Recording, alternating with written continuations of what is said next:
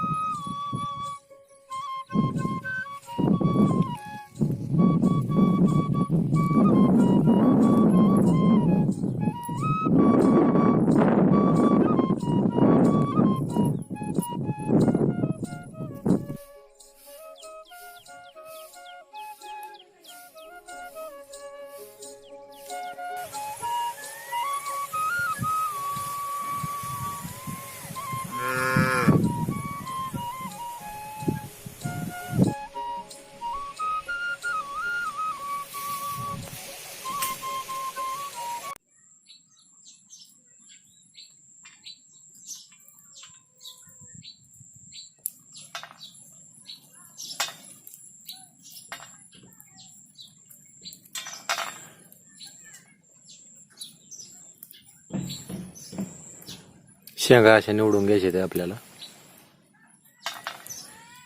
त्यातनं बी बाजूला काढायचं.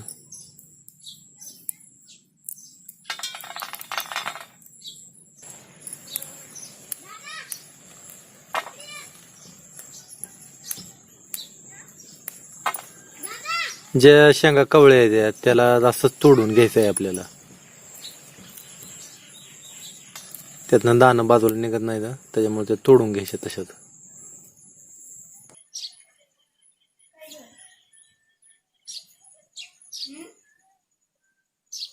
ये थोडं निवडू लागलं.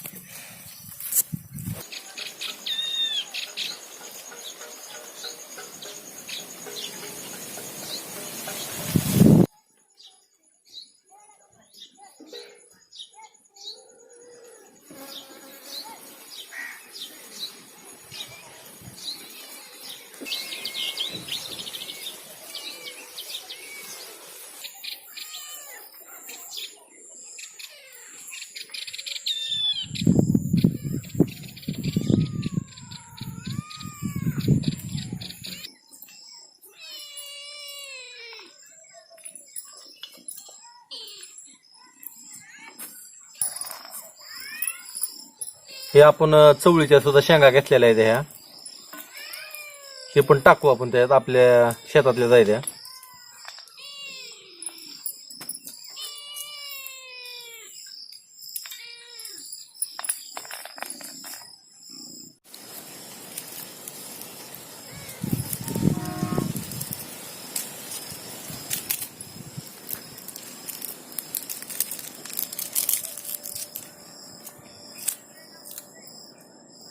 आज संध्याकाळच्याला आपल्याला मुगाच्या दाण्याचं कालवण चालू आहे आपलं.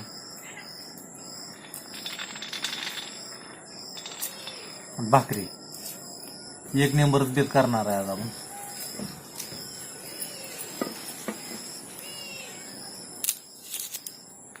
बटाटे कशाला घेतले? भाजीतच टाकायचे. बटाटे बी टाकायचे ते आपल्याला भाजीत. ते कसं काय भाजी करायची बघू आपण आता कसं काय करायची. साल काढून घ्यायची बटाटे. साल काढून घ्यायची.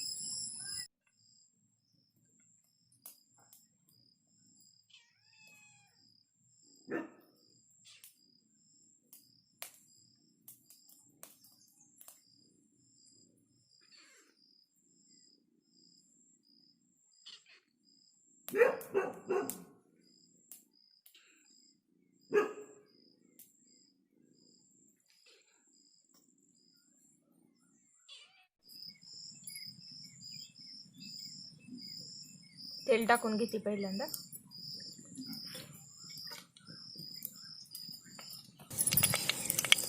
एक चमच्यावर जिरं, कांदा आणि मिरची 2 मिरच्या घेतल्यात हिरव्या. काळं तिखट पण टाकणार आहे मी.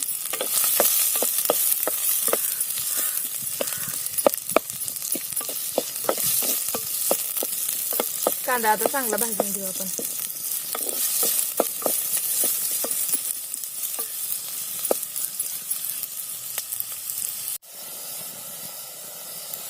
कांदा थोडा भाजलाय, अजून थोडा बाकी आहे. त्याच्या आधी मी काळं तिखट टाकते 1 चमचा. खोबरं, कोथिंबीर, आलं आणि लसूण बारीक करून घेतलेलं आहे ती टाकते.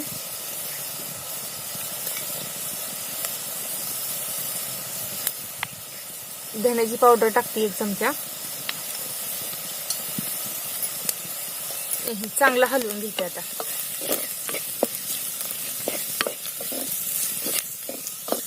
हे चांगलं मिक्स करून घेतलं की त्याच्यात बटाटा टाकून घ्यायचा. बटाटे ह्यासाठी टाकायचे की बारक्या लेकरांना ही जरा आवडतं जरा, त्यामुळे बटाटे टाकायचे. नाही तर बटाटा नाही टाकलं तरी चालतंय, काय अडचण नाही. चवीला पण भाजी चांगली लागते. थोडासा परतून घ्यायचा.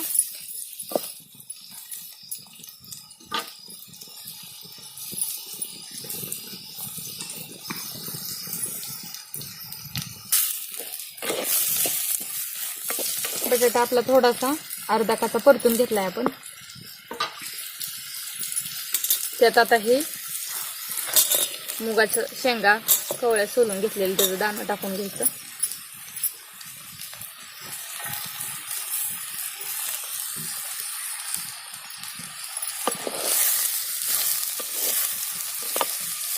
शेंगी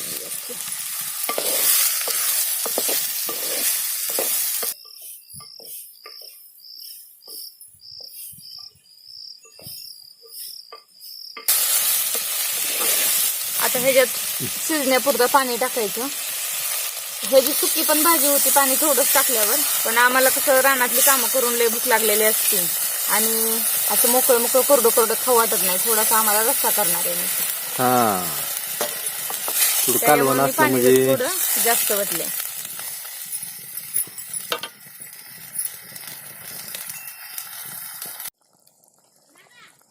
चवीनुसार मीठ टाकून घेऊ. मीठ टाकून घेऊ. आपलं कोरड्यात आता तयार झाला. काय राहिले टाकायचं त्याच्यात? काही नाही, आता थोडीशी शिजवायची अजून. मस्त दिसतंय बघा, खमंग गंध सुटला ह्याचा. तर भाकरीला बी पीठ आणून ठेवले तिकडं. आता भाकरी करायची आणि मस्तपैकी जेवण करायचं.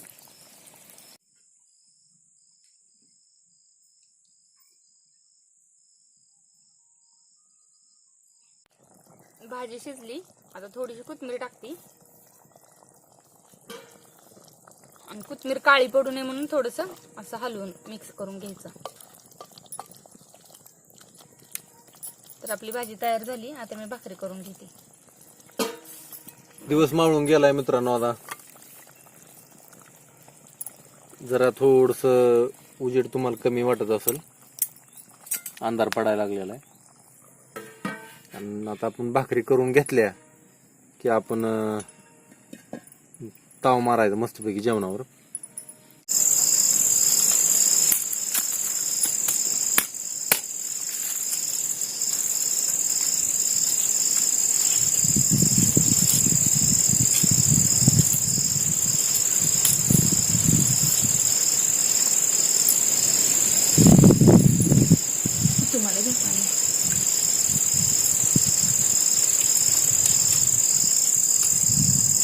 लय भारी.